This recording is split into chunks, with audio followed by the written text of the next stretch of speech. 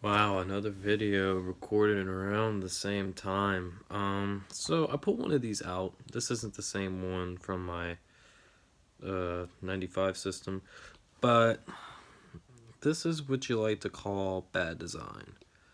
So it used to have a sticker on there. It said KSM 440 ACM. The one from that 95 down there was an AAM, which was the earliest you could possibly have. So we're just gonna pull this out and notice this one's still pretty straight, I'd say, for being one of these lasers.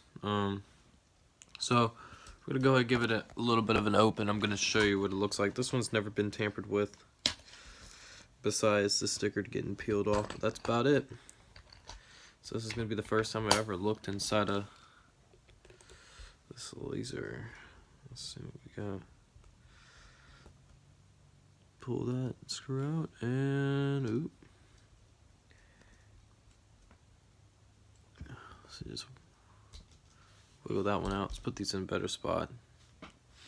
So they still have the same basic design of the, all you gotta do is shift the cover to the right. Be careful with the ribbon cable, because this one is a super early one as well. It has sticky right there to where it sticks and it doesn't do anything bad.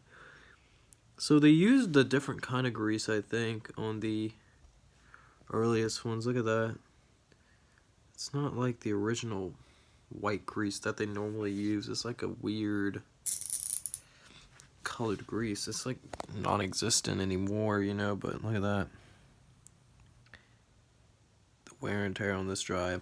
I'm gonna show you so what you have to do is you have to, I'll try to show you this. You pull up and then you push to the right. It's like an upright motion. You can take out the clip that holds it in place.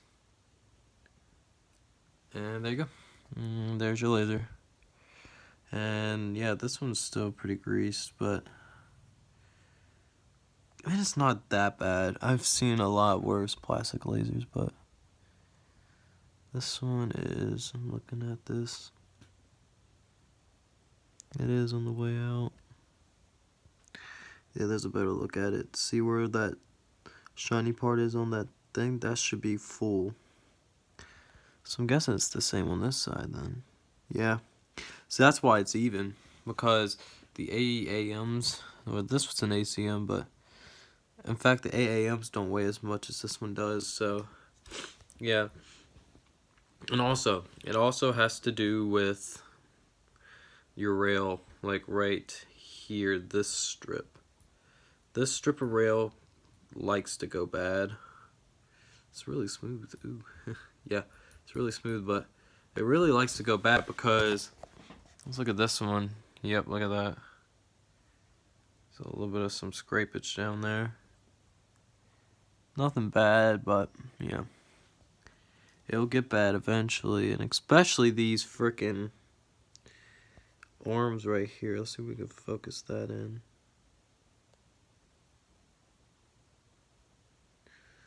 Oh, it won't focus. But yeah, that little arm right there likes to wear out too. I mean, it's not terrible yet, and it kind of looks like it's a little bit bent to me. It might be, who knows. But yeah, these plastic lasers tend to be the ones to die first. A lot of people like to replace it with the lasers on the PlayStation Slim. Yeah, but I'll tell you, the plastic laser problem is a myth.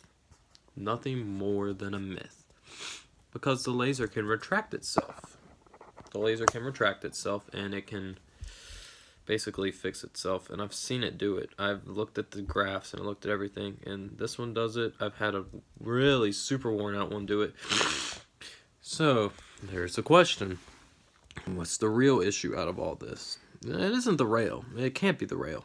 It just can't be. So what is our real issue? Why? You're looking at it right now. This. Now, you might be like, how? Now, on all the 1000 systems I ever owned, the only ones that worked were the spindle motors that were quiet. Over time, these spindle motors like to make loud rattling and ticking sounds, and what that will do is it will move the loose and worn out laser, causing it to go out of focus and then causing your disc to spin up, unfortunately, uncomfortably, or skip out of control. And that's the reason why full motion videos don't work as well, because this thing's freaking vibrating like a dinosaur. So here's how you fix it. WD-40, see those two little holes? You want to fill up the whole assembly. It's kind of hard to show you, but yeah. I already did it with this one, and it started reading again. And this one's worn out. So, and it reads full motion video, so there's no excuse that that's the real fix here. But yeah, also another thing you want to check is the spindle height. So this is the intended height. Let's see if we can get that focused in there. That's the intended height. Just a little bit above. I've seen a whole lot of PlayStation lasers where the spindle's been pushed down at least a little bit. That will cause the disc to get a little bit too close, and that will cause full motion video not to bounce properly off the CD. Now the problem is getting this thing heightened is the real pain in the ass, because you can break it really easily. I nearly broke this one. I could almost feel it crack, but it didn't, which is really good, because yeah, this laser is in good shape, and it doesn't matter. I'll show you right here. All you got to do is pull out your fourth gear, which is the big one. Put your laser on, clip it into place. All you gotta do is push it to the end and push it to the left. It'll click, and here we are.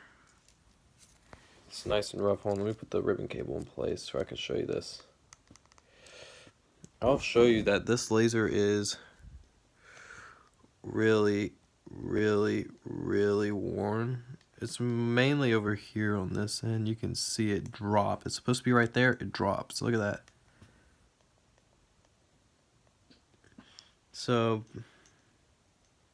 yeah, this spot over here really isn't that badly worn. It's still pretty straight, believe it or not. It's just, so first, I think, let me clip this back off. I think if you're really worried about the wear and tear, it's not going to really do much as long as your motor's okay. The motors, I've heard them get loud. So usually it wears out here first, and then it goes to the second little alloy on this side of the laser, and then it finally goes to here. And once those two are out, it'll start to scrape on the main shielding itself, which this one looks pretty brand new, so I'm pretty sure it hasn't scraped on it at all. Now, can it really wear out to a point where it can't read? Yes, I've only had one do that though, and I think the system caught on fire. I'm not too sure, but this entire section was quite literally just like not there anymore. And it would still read games without full motion video. Like, these lasers are hard to break. You'd be surprised.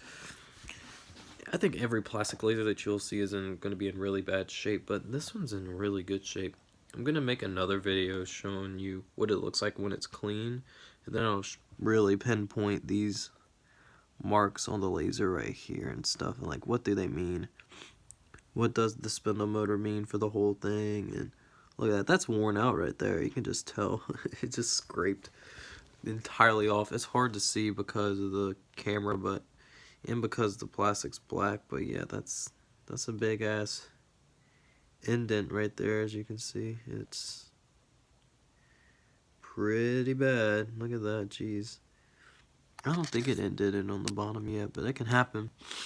So yeah, plastic lasers aside, the PS1's a really powerful system, and it takes a long time to break one of them, especially the 95 ones. I kind of find that these systems were built better than the later 1000s. So yeah, they don't have that freaking tendency to overheat as much as the later 1000s, but they still do overheat. Now, should you buy a 1000? That just all depends on if you like your laser being in the back, if you like the RCA jacks on the back right there. If you don't care about maybe getting 1 or 2 discrete errors without repairing your system, yeah, it's fine. It's the same as any other PlayStation. I'm dead serious. People just freak out because this motor will cause the demise of your system. All you gotta do is really grease it, or if the motor just doesn't work anymore, then you're just gonna have to, I don't even know. But I'll show you a video of it being really clean, and I'll show you it in factory settings from the factory with these bias and gain clips. Yeah, because it always works best in factory settings, no matter how worn out it is. And this system's on factory settings, I think. Yep. I've never tampered with them, so they should be at factory settings. Alright guys, I'll clean up this laser and I'll see y'all in a whole other video because it's going to take me 2 hours to clean this thing the way I want it to. Alright guys, see y'all later.